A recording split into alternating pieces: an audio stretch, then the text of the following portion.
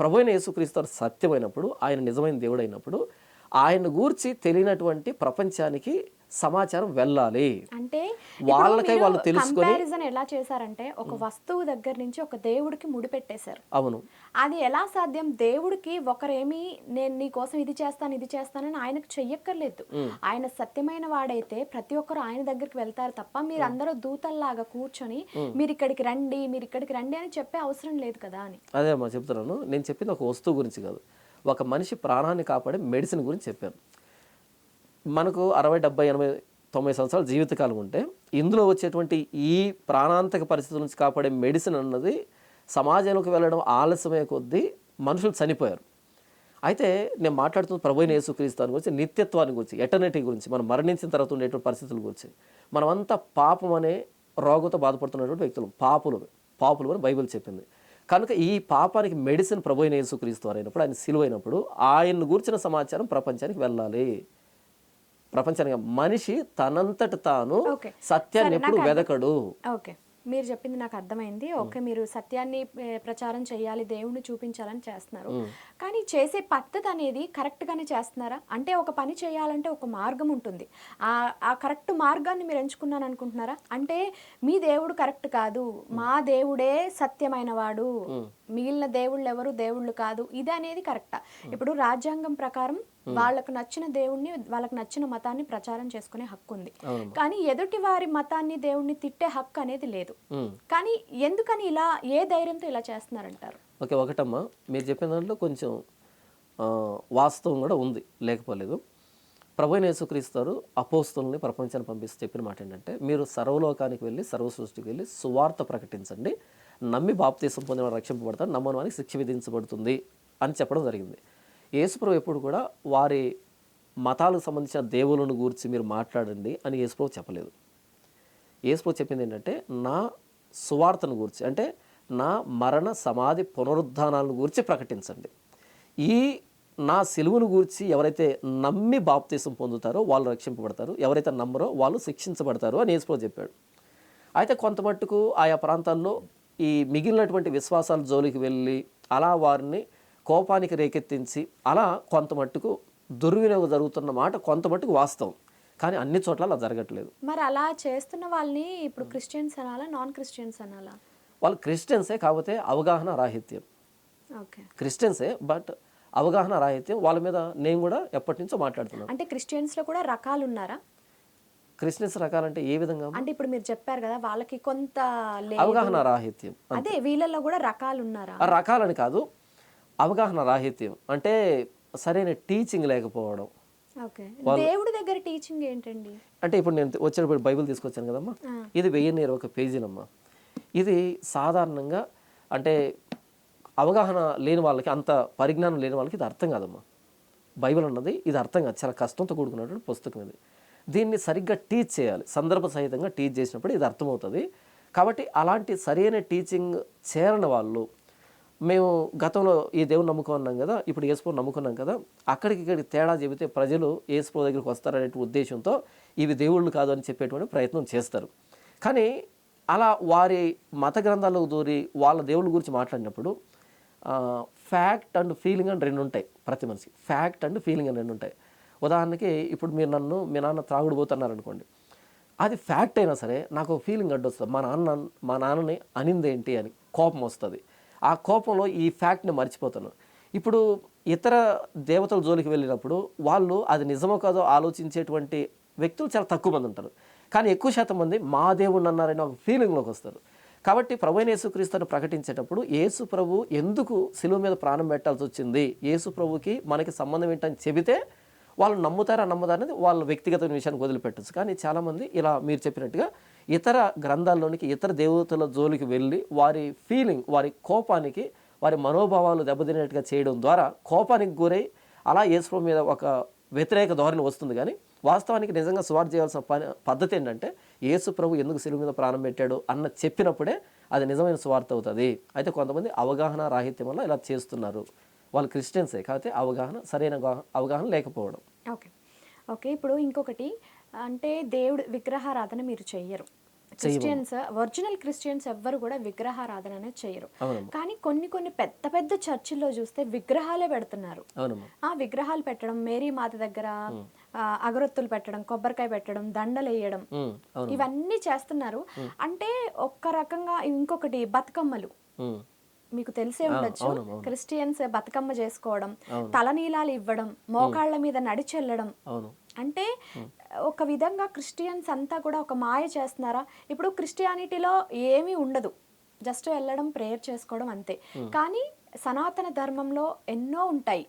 ఇప్పుడు ఈ కళంతా పోతుంది కాబట్టి, మాకు క్రిస్టియానిటీలో ఇదంతా దొరకదు కాబట్టి కొన్ని సనాతన ధర్మంలోంచి తీసుకెళ్లి క్రిస్టియానిటీలో పెడితే అక్కడి నుంచి ఇక్కడికి ఈజీగా వస్తారు అనేసి ఇలా చేస్తున్నారంటారా?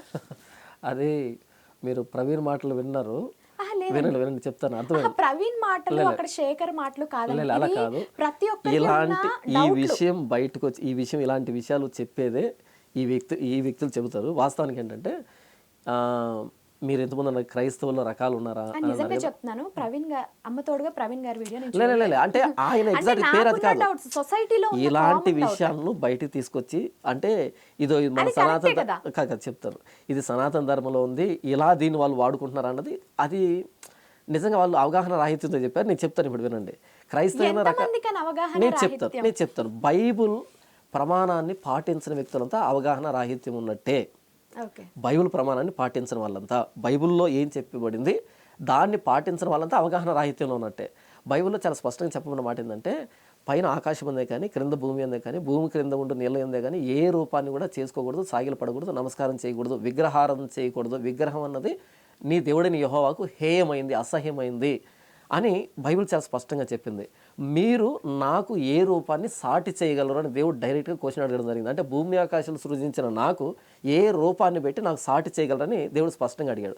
కాబట్టి విగ్రహారాధన తప్పన్నప్పుడు, మరలా ఈ క్రైస్తవం పేరుతో విగ్రహాలు కనబడుతున్నప్పుడు వీళ్ళు బైబిల్ని వ్యతిరేకిస్తున్నటువంటి వ్యక్తులు. మీరు ఇంతకుముందు అన్నారు కదా క్రైస్తవంలో రకాలు ఉన్నారా అని. క్రిస్టియానిటీలో రెండు ప్రధానమైనటువంటి చెబుతాను. మీరు అడిగింది ఏంటి, సువార్త ప్రకటించే విషయంలో మీరు అన్నారు, అందులో లేరు. కానీ అంటే ఇందులో కూడా పనుల్లో ఒకరు, సువార్తలో అలా కాదమ్మా. సువార్త విషయంలో, ప్రకటించే విషయంలో అవగాహన రాహిత్యం ఉన్నాను. అక్కడేమీ డివిజన్ లేదు. మేజర్గా రెండు డివిజన్స్ ఉన్నాయి, రెండు కేటగిరీస్ ఉన్నాయి. ఒకటి ఏంటంటే ఆర్సిఎం, క్యాథలిక్స్ అంటారు వీళ్ళు, ఆర్సిఎం. రెండవది ప్రొటెస్టెంట్స్ అని పిలుస్తారు. ఆర్సిఎం అంటే ఏంటంటే అమ్మ, రోమన్ క్యాథలిక్ మిషన్ అని. ఇదేంటి అంటే ప్రారంభంలో, అంటే 300లో, క్రీస్తు శకం 300లో ఆ ప్రాంతంలో ఏంటంటే యెరూషలేము నుంచి క్రైస్తవం అన్నది రోమ్, ఇటలీకి వెళ్ళింది. అప్పట్లో రోమిలు పరిపాలిస్తున్నారు కదా ప్రపంచాన్ని, రోమన్ నంబర్స్ వేస్తాం కదా మనం కూడా. ఆ రోమ్ పరిపాలిస్తున్నప్పుడు రోమ్కి వెళ్ళింది. అక్కడ రోమ్ చక్రవర్తి యేసు ప్రభువుని నమ్ముకున్నాడు, క్రిస్టియన్గా మారాడు ఆయన.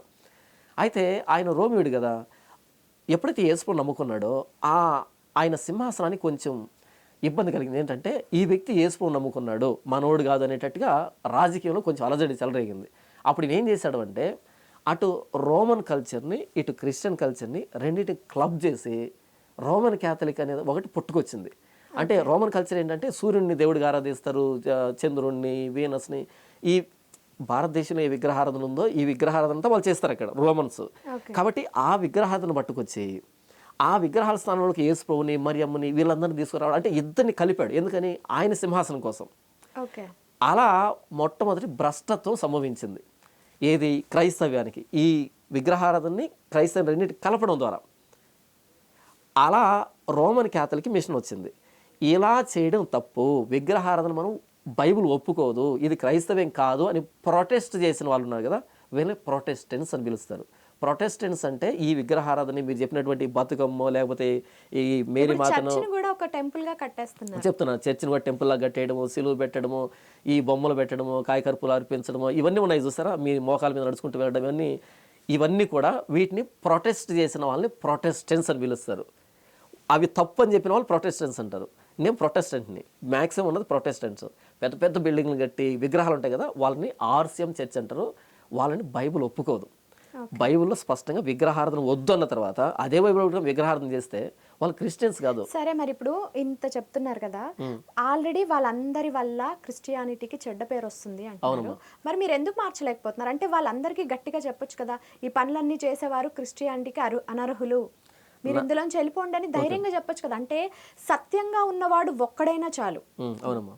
అసత్యంగా ఉన్న వాళ్ళు 100 మంది ఉన్నా అవును. దానికి చెడ్డ పేరు తప్ప వేరేది ఏమి రాదు కదా. సో మీరు ఆ పని చేయొచ్చు కదా. అవునమ్మా. నేను కానీ నాలాంటి వాళ్ళు కానీ మా క్రైస్తవంలో ఎప్పటి నుంచో దీని మీద నిరంతరంగా ఫైటింగ్ జరుగుతూనే ఉంది. ఓకే. నిరంతరంగా ఫైటింగ్ జరుగుతూనే ఉంటుంది. పొర్రపాటు కూడా ఒప్పుకో. ఒకవేళ హైందవుల గురించి మాట్లాడడానికి మేము వెనకాడతామేమో కానీ, ఎందుకంటే అది మాకు సంబంధం లేనటువంటి విషయం వాళ్ళ విశ్వాసంలోకి వెళ్ళడం. కానీ వీళ్ళు క్రిస్టియన్స్ అని పేరు పెట్టుకున్నారు కదా, బైబిల్ పట్టుకున్నారు కదా, ఎప్పటికప్పుడు వాళ్ళ మీద మాట్లాడుతూనే ఉంటాం. ఎప్పటికి కూడా మాట్లాడుతూనే ఉంటాం, ఎప్పటికి కూడా కడుగుతూనే ఉంటాం. ఇప్పుడు నా ఛానల్ కానీ మిగిలినటువంటి వ్యక్తులను చూస్తే ఏంటంటే ఇది తప్పు అనే మాట్లాడుతూ ఉంటాం. కానీ మనం మార్చలేకపోవడం మన చేతిలో ఉండదు. చెప్పడం వరకు మనం చేస్తాం, కానీ వాళ్ళు మారతారా లేదా అన్నది మనకు సంబంధం లేదు. అంటే మీరు ఒక స్ట్రిక్ట్గా ఒక రూల్ పాస్ చేస్తే చేంజ్ వస్తుందేమో కదా. ఎవరు రూల్ పాస్ చేస్తారు? ఇది భక్తి అన్నది వ్యక్తిగతం అమ్మా. ఓకే. భక్తి విశ్వాసం అన్నది వ్యక్తిగతం. నేను చెట్టు దగ్గరికి వెళ్తాను, చెట్టే నా దేవుడు అంటే వాడిని మనం ఏం చేయగలుగుతాం? చెప్పగలుగుతాం. ఈ బైబిల్ ఇలా చెప్పట్లేదు, విగ్రహారాధన తప్పు, దేవుని విగ్రహంలో వెదకూడదు అని చెప్పగలుగుతాం. ఈ మేరీ మాతను, యేసు విగ్రహమో లేకపోతే ఇంకోటి ఇలా ఎందుకని అలా చేస్తున్నారని చెప్పినప్పుడు చెప్పగలుగుతాం. కానీ వాళ్ళ మనసును మార్చలేము. నా ఇష్టం అంటాడు వాడు. కాబట్టి విశ్వాసం అన్నది వ్యక్తిగతం, భక్తి అన్నది వ్యక్తిగతం. కాబట్టి ఇది రూల్ పాస్ చేయడం వల్ల జరగదు. ఇది ఓకే. రూల్ పాస్ చేయడం జరగదు. ఇప్పుడు ఎందుకు రోడ్డు పక్కన ఏదైనా గుడి కట్టారనుకోండి, ఏ గవర్నమెంట్ దాన్ని కదిలించలేదు. ఎందుకని ఇది మనోభావాలతో ముడిపడినటువంటి విషయం. అంటే మీరు ఒక హిందువుని కానీ ఒక ముస్లింని మిగిలిన వాళ్ళని క్రిస్టియన్గా మార్చేస్తున్నప్పుడు మీ క్రిస్టియన్స్నే ఒరిజినల్ క్రిస్టియన్స్గా మార్చలేరా? ఆ ప్రయత్నం చేస్తున్నామా. ఇప్పుడు ఈ వేదిక మీద కూర్చొని ఆర్సిఎం మిషన్ అనేది, రోమన్ క్యాథలిక్ మిషన్ అనేది, అది విగ్రహారాధనకు సంబంధించింది. బైబుల్కి దానికి ఏ సంబంధం లేదు, క్రిస్టియానిటీకి దానికి ఏ సంబంధం లేదు అన్నటువంటి ఈ స్టేట్మెంట్ చిన్నదనుకుంటున్నారా? ఓకే. చిన్నదనుకుంటున్నారా? ఇది బయటకు వెళ్ళిన తర్వాత రోమన్ క్యాథలిక్ మిషన్ అన్నది బైబుల్కి అగెయిన్స్ట్, క్రైస్తవం కాదు, అది బైబుల్ పట్టుకున్న హైందవులు వాళ్ళు. ఇంకా ఎక్కువ మాట్లాడితే హైందవులు విగ్రహారాధన చేస్తున్నారంటే వాళ్ళకి ఒక అర్థం ఉంది, ఒక బేస్ ఉంది. కానీ బైబుల్ పట్టుకొని విగ్రహారాధన చేస్తున్నారంటే వీళ్ళు హైందవులు కంటే కూడా ఇంకా తక్కువ. మీకు అర్థమవుతుందా? బైబుల్ పట్టుకొని బైబుల్ ఏదైతే వద్దు అంటున్న దాన్ని చేస్తున్నారో వీళ్ళకంటే హైందవులే ఎక్కువ. బైబుల్ పట్టుకున్నటువంటి హైందవుల్ని ఆర్సిఎం అంటారు. ఇది ఎప్పటి నుంచో చెప్తున్నాను నేను. కాబట్టి ఎప్పటి నుంచో ఫైటింగ్. వీళ్ళు క్రైస్తవులు కాదమ్మా. వాళ్ళను ఇప్పుడు మీరు ఇంత ప్రశ్న అడుగుతున్నారు అంటే ఏంటి వీళ్ళు ఇలా చేస్తున్నారు, బతుకమ్మ ఆడుతున్నారు అంటున్నారంటే ఎంత అవమానం అది క్రైస్తవానికి. ఇలా అవమానకరంగా బ్రతుకుతున్నటువంటి వీళ్ళు బైబిల్కి వ్యతిరేకంగా మరి వీళ్ళని క్రైస్తవులని ఎలా అంటారు? అనం.